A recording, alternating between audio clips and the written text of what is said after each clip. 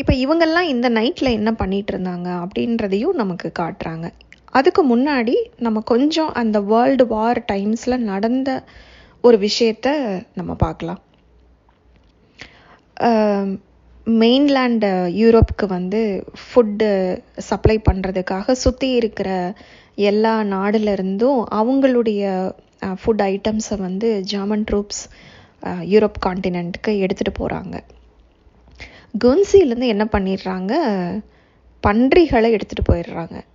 அவங்களுடைய ஆர்மிக்கு ஃபீட் பண்ணணும் அப்படின்னு சொல்லிட்டு பன்றிகளை எடுத்துகிட்டு போயிட்டு அதுக்கு பதிலாக உருளைக்கிழங்கு வந்து கொடுத்துட்டு போயிடுறாங்க. டாசி ஒரு பன்றி பண்ணை வச்சுருக்காருன்னு நான் சொன்னேன் இல்லையா, அவருடைய பண்ணையிலேருந்தும் எல்லா பன்றிகளையும் எடுத்துகிட்டு போயிட்டு அவருக்கு ஒரு பாக்ஸ் நிறையா உருளைக்கிழங்கு கொடுத்துட்டு போயிடுறாங்க.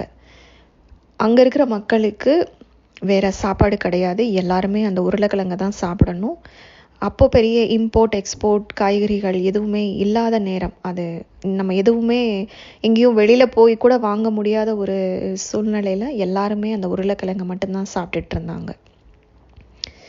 ஒரு நாள் வந்து இவங்க அந்த ஒரு ஓல்டு உமன் இருக்காங்கன்னு சொன்னேன் இல்லையா, அவங்க வந்து டாசிக்கு ஒரு சீக்ரெட்டாக ஒரு நோட் அனுப்புகிறாங்க, நீங்கள் உங்களுடைய கத்தி எடுத்துகிட்டு வாங்க அப்படின்னு சொல்லி. அப்போ இவர் ஆச்சரியமாக, எதுக்குடா இந்த கத்தி, இறைச்சி நறுக்கிற கத்தியை வந்து நம்மக்கிட்ட எடுத்துகிட்டு வர சொல்கிறாங்களேன்னு ஆச்சரியமாக கிளம்புறாரு.